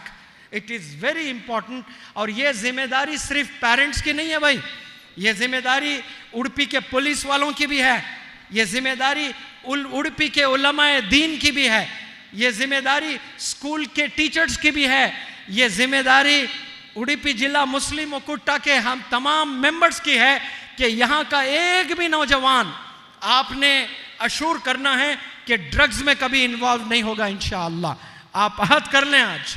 Police से, पॉलिटिशियन से, टीचर्स से, ऑर्गेनाइजेशन से, पेरेंट्स, ये सब इकट्ठा होंगे तो आप नौजवानों को बचा सकते हैं इन गुनाह से, वरना नस्लें तबाह होने वाली है। अल्लाह हिफाजत फरमाए इससे। आपने अगर अपने करियर को संवारना है तो आप अच्छे बच्चों से दोस्ती करना शुरू करें, वरना पूरी ज़िंदगी तबाह कर देंगे। जो बच्चा 15 साल का है, जो बच्ची 15 साल की है, जो नेक्स्ट 7 ईयर्स होते हैं, फ्रॉम 15 to 22, 7 ईयर्स जो होते हैं, ये 7 ईयर्स गोल्डन पीरियड होता है। यहाँ डॉक्टर मतीन साहब बैठे हैं, किसी को कार्डियक अरेस्ट होता है और बड़ी देर से आप हॉस्पिटल ले जाते हो, आपने कई दफ़ा सुना होगा, देखा होगा, डॉक्टर कहता है जरी भी देर करते तो जान जा सकती थी, ऐसा बोलते हैं डॉक्टर्स। और पहले आधे घंटे में अगर ट्रीटमेंट होता है ना, उसको गोल्डन पीरियड कहते हैं। उस पीरियड में, उस वक्फे में अगर उसको सही दवाई मिलती है तो उसके बचने के चांसेस हैं। बिल्कुल इसी तरह ये 15 साल से 22 साल तक जो एज होती है ना, ये गोल्डन पीरियड होती है।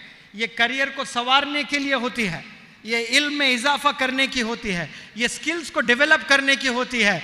ये इल्म में इजाफा करने के बजाय, नॉलेज गेन करने के बजाय, स्किल्स डेवलप करने के बजाय, हाथों में किताबें पकड़ने के बजाय आपने फोन्स को अगर थाम लिया, गलत दोस्तों का हाथ आपने थाम लिया, सिगरेट को आपने थाम लिया, तो आने वाले 50 साल अगर आप और जी रहे हैं, फॉर एग्जाम्पल एवरेज जो लाइफ स्पैन है वो 65 है, 15 ईयर्स में आपने गलत दोस्त का हाथ थाम लिया तो आपको वो सिगरेट पिलाएगा, वो आपको ड्रग्स कराएगा, वो आपको गंदे मूवीज दिखाएगा, तो वहां से और मजीद 50 साल है आपके पास में। 50 साल आपने और जीना है। यहां जितने भी 15 साल के बंदे बैठे हैं और अल्लाह ने अगर आपकी लाइफ स्पैन 65 रखी है, तो आपके पास कितने साल बचे हैं लाइफ के? 50। उन 50 में अच्छी जिंदगी गुजारना है तो पहले 5 साल आपने बेहतरीन मेहनत करना है। अगर पहले 5 साल आपने अच्छी मेहनत कर ली, 45 इयर्स राजा की तरह जियोगे इंशाअल्लाह। पहले 5 साल अय्याशी में मजा जरूर आएगा आपको, गंदे कामों में खूब मजा है, बहुत प्लेजर है, और ये प्लेजर में आपने पहले 5 साल गुजार लिए, तो नेक्स्ट जो 45 इयर्स है ना, वो आप भिखारियों की तरह लोगों के पास जाकर पैसे पूछोगे। शादी करोगे, शादी करके जो खर्चा होगा ना, 10 साल तक शादी का खर्चा आपके शोल्डर्स पर रहेगा। बच्चे पैदा होंगे, अच्छे स्कूल में आप एडमिशन नहीं दिलवा सकते। क्यों? जिस वक्त में आपने स्किल्स डेवलप करने थे, अपने कैरेक्टर डेवलप करना था, आपकी पर्सनैलिटी डेवलप करना था, आपने ग्रेजुएशन करना था, पोस्ट ग्रेजुएशन करना था, उस वक्त में वो काम छोड़कर आप मूवीज देख रहे थे, आप इंस्टाग्राम पर वक्त बिता रहे थे, आप ड्रग्स में इन्वॉल्व थे, तो गोया नेक्स्ट 45 इयर्स आपके लिए समझ जाएं एक एक दिन जेल से कम नहीं होता है। इतना जी जी कर भी आप 45 इयर्स जिएंगे भी, लेकिन हर दिन आप डिप्रेशन में रहोगे। आप सो जाओगे तो आपको नींद नहीं आएगी, आप जॉब के लिए जाओगे आपको कोई जॉब नहीं देगा, वहां जाकर आप कहेंगे कि साहब कोई भी जॉब दे दो, 12 घंटे मैं मेहनत करूंगा, बीवी बच्चे हैं साहब, हाथ जोड़ता हूं, 8,000 की भी तनख्वाह दे दें, मैं 12 घंटे काम करूंगा।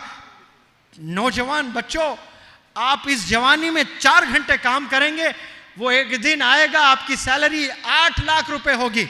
आज 40-50 साल में जाकर भीख मांगते हैं बहुत सारे लोग कि हाथ जोड़ता हूं, बीवी बच्चे हैं, एक कोई जॉब दे दें, 12 घंटे पड़ा रहूंगा, मेहनत करूंगा। वो 12 में 4 घंटे जवानी में आपने अगर स्किल्स डेवलपमेंट में लगाए होते, आपकी सैलरी आज 8 लाख रुपए होती। तो याद रखें, जो आज 40-50 साल के जितने भी बंदे भीख मांगते फिर रहे हैं, तरबियत नहीं कर पा रहे हैं, बच्चों को अच्छे स्कूल में एजुकेशन नहीं दे पा रहे हैं, क्यों? क्योंकि उनके वालिदैन यानी आपके दादा वगैरह जो आपके हाथों में किताबें थामी थी, वो किताबों की आपने इज्जत नहीं की, वो किताबों पर आपने वक्त नहीं दिया, तो आज आपकी ज़िंदगी बर्बाद हुई है। याद रखें, दुनिया को अल्लाह ने आबाद किया है, और दुनिया में इंसानों को भेजने के बाद कामयाब करने के लिए अल्लाह ने क्या भेजा है बताओ? टीचर को भेजा है। फिर क्या? कुरान शरीफ को नाजिल किया है। इसका मतलब साफ है कि कामयाब होना है तो टीचर और बुक्स को थामना है आपने। जो बंदे अपना वक्त टीचर्स के साथ बिताते हैं, जो बंदे अपना वक्त किताबों में गुजारते हैं, वही कामयाब हो सकते, बाकी के लोग कामयाब नहीं है। हाँ, पैसे कमाना ये कामयाबी नहीं है भाई, बिल्कुल भी कामयाबी नहीं है पैसे कमाना। कोई यूट्यूब चैनल बना लिया, नंगा नाच कर रहा है, अजीब अजीब हरकतें कर रहा है और ये हरकतों से उसको महीना 5 लाख रुपए मिल रहा है। एक वक्त था घर में 5,000 नहीं कमा सकता था, आज टिकटॉक के वीडियोस के जरिए से 5 लाख रुपए कमा रहा है और वो खुश हो रहा है। हराम की कमाई है, हलाल की होनी चाहिए कमाई। अभी मैं मैंगलोर से आ रहा था, यहाँ नाजिम भाई भी है, यहाँ साजिद भाई भी है, एप्पल प्लाईवुड में आपका बिजनेस है बड़ा वहाँ पे माशाअल्लाह।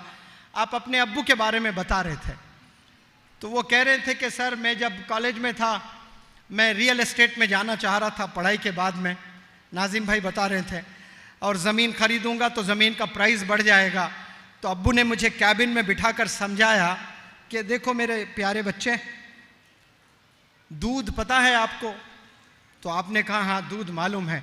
दूध सूअर का भी होता है और दूध गाय का भी होता है। सूअर का जो दूध है सिर्फ उन्हीं के बच्चों के, सूअर के बच्चों के लिए ही होता है, लेकिन गाय का जो दूध होता है वो इंसानों को काम आता है।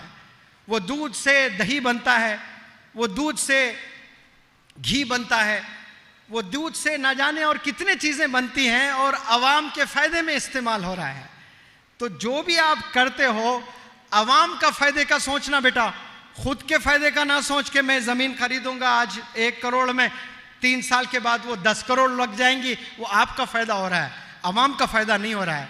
जो भी लाइफ में काम करें कम्युनिटी का भी फायदा होना, आपके एफर्ट्स लग रहे हैं, आपको कुछ पैसा मिल रहा है, उससे लोगों का भी काम होना चाहिए, लोगों का फायदा होना चाहिए। एक आलिम दीन रोजाना 5 वक्त मस्जिद में जाकर अल्लाहु अकबर और फिर अपने हाथ बांधता है, पीछे कौम खड़ी हुई होती है और वो बेचारे को हमने हदिया कितने देते हैं 10,000, लेकिन इतने अवाम जो नमाज पढ़ती है ना उसका फायदा वो आलिम दीन को जाता है। ये असल काम होता है। काम करें, भले आपको 10,000 मिल रहे हैं लेकिन कम्युनिटी डेवलप हो रही है उससे। ऐसा कुछ भी करो बेटा, इंडस्ट्रियलिस्ट बनना है आपने, आपको सिर्फ रियल्टर नहीं बनना है कि ज़मीन आपने ली 2-4 लोगों का फ़ायदा हुआ। इंडस्ट्री डेवलप करो, हज़ारों लोगों को जॉब मिलेगी। तो यहाँ आपने जो भी लाइफ में आपने काम करना है उससे फ़ायदा आवाम का होना चाहिए। तो टिकटॉक से वीडियोस बना रहे हैं और खुश हो रहे हो कि मुझे 5 लाख मिल रहे हो, सही तरीका नहीं है। अच्छे तरीके से पैसे आपने बनाना है। मैं एक बात बताकर अपने स्पीच को ख़त्म करता हूँ। रात में 10:30 बजे मेरी फ़्लाइट है और यूटी खादर साहब और उनके भाई ने और मज़ीद 4 मेरे अलग अलग जगहों पे प्रोग्राम्स रखे हैं। अभी उनसे बड़ी दोस्ती है। मैं एक फ़ोन किया यूटी खादर साहब को 2021 में, मेरे भांजे की शादी है, हैदराबाद से 100 किलोमीटर दूर है सर, आप अपने फैमिली के साथ आएंगे तो ये बंदा बहुत खुश हो जाएगा। ये बताकर मैं भूल गया और 20 दिन के बाद मेरे भांजे का अक़्द हुआ मौलाना बदरुद्दीन अजमल साहब के डिस्टेंट रिलेटिव्स में आसाम में। वो अक़्द करके 3 दिन के बाद वलीमा है। हम लोग हैदराबाद आए और वलीमे के दिन यूटी खादर साहब का फ़ोन आता है कि सर मैं आ चुका हूँ, दावत कहाँ है। I was literally shocked. अरे ये कैसे भाई, मैंने तो चुप ऐसे ही बोलने को बोल दिया मैं, लेकिन ये तो पूरे फैमिली के साथ आ गए। मैंने पूछा कहाँ हैं सर आप? मैं एक हैदराबाद के 5 स्टार होटल में रुका हूँ। तो मैंने पूछा कब आए सर? मैं तो कल सुबह ही आ गया था। सर आप बताते मुझे। नहीं बहुत काम था, थका हुआ था, रेस्ट नहीं मिल रहा था, सोचा एक दिन पहले हैदराबाद आ जाऊं तो एक दिन पूरा रेस्ट मिलेगा, दूसरे दिन आपके भांजे की शादी अटेंड करूंगा। तो मेरे बुलाने पर वो आए हैं और फिर उसके बाद अभी जो स्पीकर बने 2 दिन तक मैं भी मसरूफ़ था, वर्कशॉप्स थे। मैं सोचा सर भी बहुत बिजी होंगे। 2 दिन बाद मैंने फ़ोन किया कि सर बहुत बहुत मुबारक, अल्लाह ने आपको बुलंदियों पर ले गए और आप पहले ऐसे पॉलिटिशियन हैं मुस्लिम्स में जो स्पीकर की कुर्सी पर बैठे हैं। तो उस वक्त भी यूटी खादर साहब ने बताया था कि मैं सोच रहा हूँ कि आपकी अम्मी से आकर दुआएं लूँ, लेकिन बहुत मसरूफ़ हूँ, आ नहीं पा रहा हूँ। ये अल्फाज थे आपके माशाअल्लाह।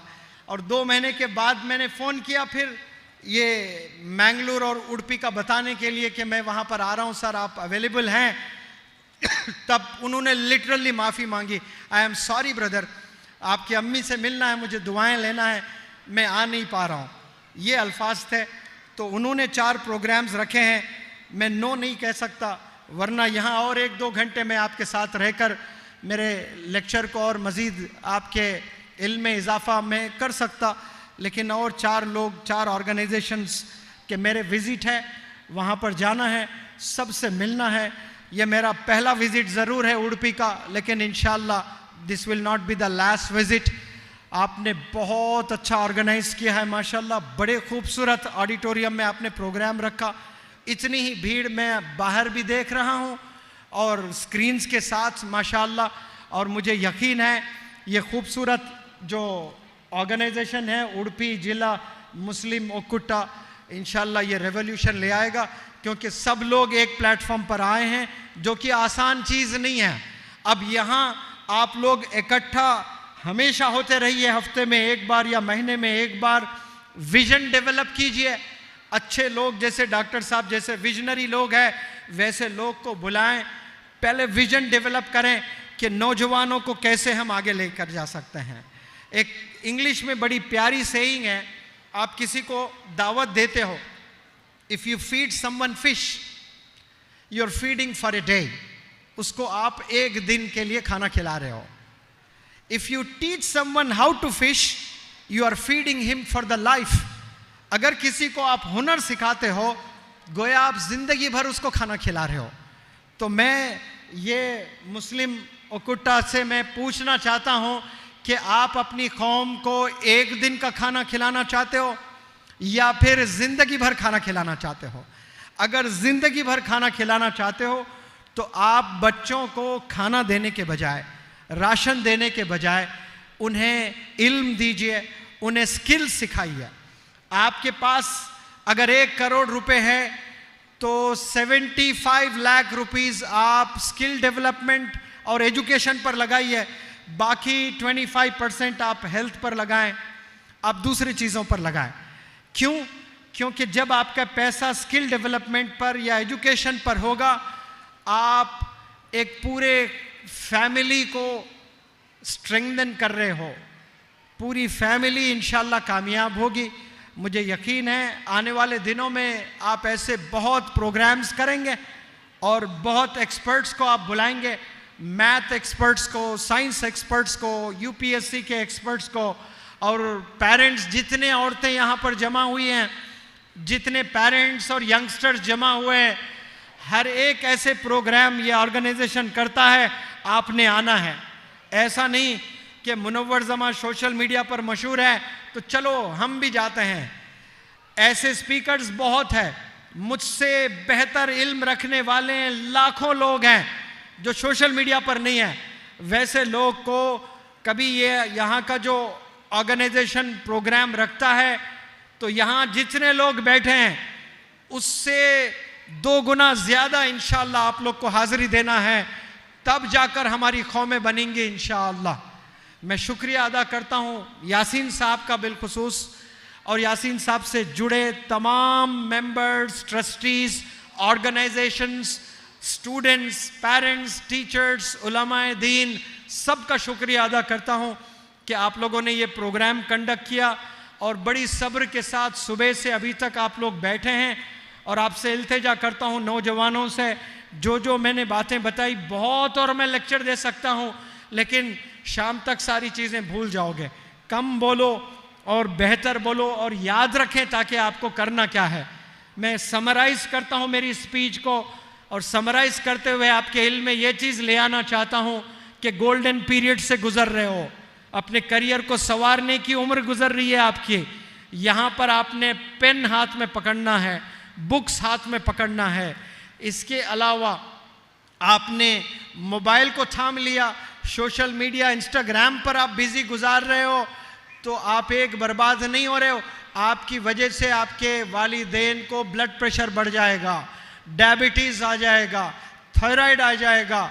वो लोग के जो आखिरी 10-20 साल और मज़ीद जीने हैं ना, घुट घुट कर मर जाते हैं।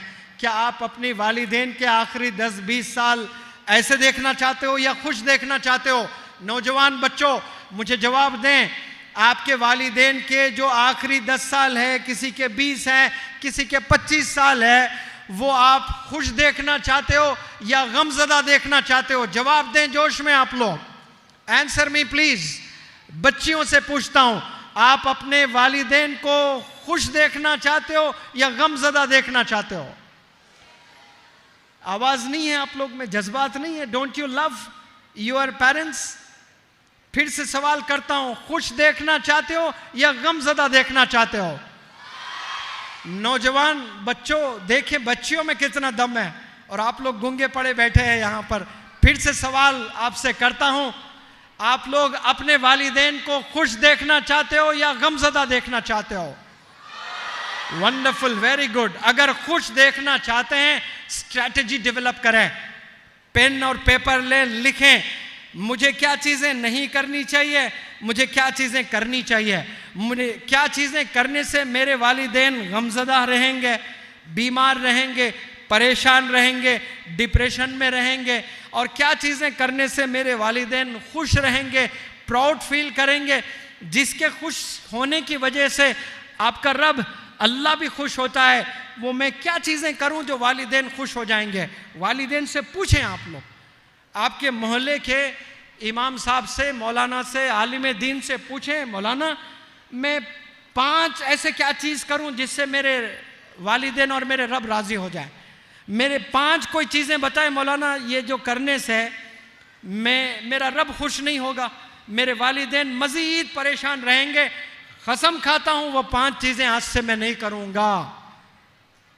उसमें ज़रूर आपके वालिदैन और उलमाए दीन बोलेंगे मोबाइल से दूर रहना। मोबाइल यूज़ मत करो नहीं कह रहा हूं, मोबाइल यूज़ करें, लेकिन मोबाइल यूज़ करते हुए गुनाहों में आप मुलविस ना हो जाए, उसका एडिक्शन ना हो जाए। बार बार हाथ उसी के तरफ जा रहा है, ऐसे ऐसे ऐसे करके उंगली घिस गई है आपकी, तो फिर समझो आप बर्बादी का रास्ता आपने चुना है। मैं दुआ करता हूं कि अल्लाह से उड़पी के जितने भी नौजवान जो स्कूल जा रहे हैं, कॉलेज जा रहे हैं, अल्लाह उन्हें गुनाहों से बचाएं, अल्लाह उन्हें सही डायरेक्शन, सही रास्ते पर चलाएं, और उन्हें खूब इल्म से नवाजें। और मेरी एक बात याद भी होगी, इतने डीज का मैंने जिक्र किया, उन डी में एक डी है जिसे दुआ कहते हैं। वो वालिदैन के दुआओं के बगैर आपको कामयाबी नहीं मिलने वाली है। अपने वालिदैन की दुआएं रोज़ लेते रहें, खिदमत करते रहें, और खूब अल्लाह से मांगते रहें, नमाजें 5 वक्त पढ़ें। और एक आखिरी बेहतरीन मैसेज मैं आपको देकर छुट्टी लेना चाहता हूं, और कुछ छोटे छोटे सवालात मैं आपसे पूछूंगा, आप लोग यस और नो में जवाब दीजिए। कितने लोग जवाब देंगे? हाथ ऊपर करें। बहुत उम्दा, वेरी गुड। हाथ नीचे करें, थोड़ी एनर्जी आएगी ना हाथ हिलाने से। फिर हाथ ऊपर करके बताएं मुझे कितने लोग मेरे क्वेश्चन का आंसर करेंगे यस नो में। करें, बहुत उम्दा, very good. My first question, do you love Allah सुब्हानहू व तआला? आवाज इतनी होनी चाहिए। फिर से पूछता हूं, डू यू लव अल्लाह सुब्हानहू व तआला? Do you love prophet Muhammad सल्लल्लाहु अलैहि वसल्लम? Do you love your parents? Do you love the teachings of Islam? अब इंटरेस्टिंग सवाल है, do you want non-Muslims to love Prophet Muhammad and Allah subhanahu wa ta'ala and the teachings of Islam? सब लोग चाहते हैं कि non Muslims भी love करें अल्लाह से, मोहम्मद सल्लल्लाहु अलैहि वसल्लम से, टीचिंग्स ऑफ इस्लाम से। तो इसके लिए आपको क्या करना है? इसके लिए आपको बाजारों में, सड़कों पर थूकना नहीं है, घर के सामने सड़कों को गंदा नहीं रखना है, साफ रखना है। जुबान से कभी झूठ नहीं बोलना, जुबान पर कभी गाली नहीं आना चाहिए। आज इतनी गाली हम लोग जुबान से निकालते हैं, आप गाली देना छोड़ दें, झूठ बोलना छोड़ दें, गुटके खाकर एशियन पेंट वाले बौरान हो जाना, परेशान हो जाना है, उतनी क्रिएटिविटी आपके थूक में है। थूक थूक कर ऐसे डिज़ाइन बना दिए हैं गलियों में, दीवारों में, MF हुसैन देखकर शर्मा जावे कि ऐसी भी डिज़ाइन बन सकती है। तो आपने क्लीनलीनेस, साफ आपने रहना है, साफ अपनी ज़ुबान को भी रखना है, साफ अपने कैरेक्टर को भी रखना है, झूठ आपने कभी नहीं बोलना है, सड़कें साफ रखना है, मोहल्ले साफ रखना है, मस्जिद साफ रखना है, घर साफ रखना है, दिल साफ रखना है। तो फिर इंशाअल्लाह आपको देखकर तमाम नॉन मुस्लिम्स को इंस्पिरेशन मिलेगा कि ये कैसा बंदा है, कभी झूठ नहीं बोलता है, कभी ग़ीबत नहीं करता है, कभी गंदगी नहीं करता है। उनके मोहल्लों में जाकर देखें कितना नीटनेस है, कितना क्लीनलीनेस है। हमने सुना है कि पाकीज़गी ईमान का आधा हिस्सा है, लेकिन मुसलमानों के गलियों में हम जाते हैं तो वो पाकीज़गी नज़र नहीं आती, वो नीटनेस नज़र नहीं आता है, वो क्लीनलीनेस नज़र नहीं आता है। मेरा यूके जाना हुआ, 15 सिटीज़ में गया, कहीं मुझे कचरा नज़र नहीं आ रहा है सड़क पर। क्यों? हम जहाँ खाए वहीं फेंक देते हैं, वही खिड़की में से थूकते वहीं पर हैं। अंग्रेज बूढ़ा 90 इयर्स का बस में बैठा है, कोई चीज़ लेकर उसे फेंकना है, 1 घंटा वो पेपर अपने हाथ में पकड़ा रहेगा। जब उसको डस्टबिन, ट्रैश कैन कहीं शॉपिंग मॉल में, कहीं सड़क पर नज़र आएगा, वो बिल्कुल ऐसे ऐसे चलते हुए जाएगा, फिर वहाँ पर डालेगा। उसकी उम्र 90 इयर्स, ऐसे खिड़की में से नहीं फेंक देगा, ऐसे ठोकेगा नहीं। वो जापान जाएं, जापान मरना पसंद करेंगे, लेकिन कोई छोटा बच्चा भी सड़क पर थूकना पसंद नहीं करेगा। वहाँ पहले 2-3 साल स्कूल में जापान में बच्चों को टॉयलेट साफ कराना सिखाते हैं, फर्श साफ कराना सिखाते हैं, खाने के बाद प्लेट साफ कराना सिखाते हैं। टीचर भी साफ करते हैं और बच्चों से भी साफ करवाते हैं। यहाँ अगर कोई स्कूल में फर्श साफ करवाया जा रहा है बच्चों से, टॉयलेट साफ करवाया जा रहा है, प्लेट साफ करवाया जा रहा है, ऐसी मोटी लट लेकर जाएगा बाप, मेरे बच्चे से ये काम करवा रहे हैं, मैं तो फूलों में पालता हूं मेरे बच्चे को, आप उसको टॉयलेट साफ करवा रहे हो। ये 5-7 साल में सफाई की सारी चीजें, जिम्मेदारी बच्चों के शोल्डर पर आ जाती है। तो वो बच्चा कभी पेपर लेकर सड़क पर नहीं फेंकेगा, सड़क पर नहीं थूकेगा, गंदगी नहीं करेगा रोड पर। ये ले आना है, ये तमाम टीचर्स की, तमाम उलमाए दीन की, तमाम ऑर्गेनाइजेशंस की ये जिम्मेदारी है। हर मोहल्लों में बड़े बड़े खूबसूरत बेहतरीन बड़े बड़े कैंस रखिए, उसमें लिखिए वेट ट्रैश, ड्राई ट्रैश रखिए, सूखा कचरा और बिल्कुल गीला वाला है कचरा, तो उसमें वही चीज़ हमने डालना है। आप सब लोग से मैं इल्तिजा करता हूं कि 2-3 साल के बाद कोई नया बंदा उडुपी को आ जाए। सऊदी में रहता है बंदा, 2 साल के बाद उडुपी का ही बंदा उडुपी आ जाए तो वो वापस चला जाए, अरे नहीं नहीं नहीं, मैं गलती से सिंगापुर में आ गया भाई, ये तो उडुपी नहीं है, ये तो सिंगापुर है। इतना क्लीन, इतना नीट, कोई कचरा नहीं, कोई बंदा झूठ नहीं बोल रहा है, कोई बंदा गाली नहीं निकाल रहा है। अज़ान होते सब लोग मस्जिद की तरफ जा रहे हैं। एक क्या हुआ, मौज़न साहब अज़ान दिए, मोहल्ले में कोई बंदा नमाज पढ़ने नहीं आ रहा है। इमाम साहब बेचारे परेशान कि कोई नमाज नहीं आ रहे हैं, क्या किया जाए। तो इमाम साहब ने मौज़न साहब को कहा कि अज़ान दी है? हाँ दी है। 5 मिनट के बाद फिर अज़ान दीजिए, फिर अज़ान दी है, फिर 5 मिनट के बाद फिर अज़ान दीजिए। 10-15 इकट्ठा हो गए। अरे भाई मौज़न साहब कहीं निकल तो नहीं गए, सटिया तो नहीं गए? 5 मिनट पहले अज़ान दिए, फिर दिए। हाँ इसलिए दिए कि ये रिमाइंडर था, पहली अज़ान पे लब्बैक करके काम छोड़कर आपने आना था, आप आ ही नहीं रहे। दूसरी अज़ान, तीसरी अज़ान तो इंक्वायरी करने आए, तब भी नमाज पढ़ने नहीं आए। क्या भाई 5-5 मिनट पे अज़ान हो रही है हमारी मस्जिद में, क्या तो हो गया आज? अज़ान एक ही दफ़ा होती है, सब ने आना है लेकिन कोई नहीं आ रहे। तो ये तमाम जिम्मेदारी सोसाइटी की है। इंशाअल्लाह मैं दुआ करता हूँ कि अल्लाह सुब्हानहू व तआला ये उडुपी शहर को चांद की तरह चमका रखें। अस्सलामु अलैकुम, जज़ाकुमुल्लाहु खैर।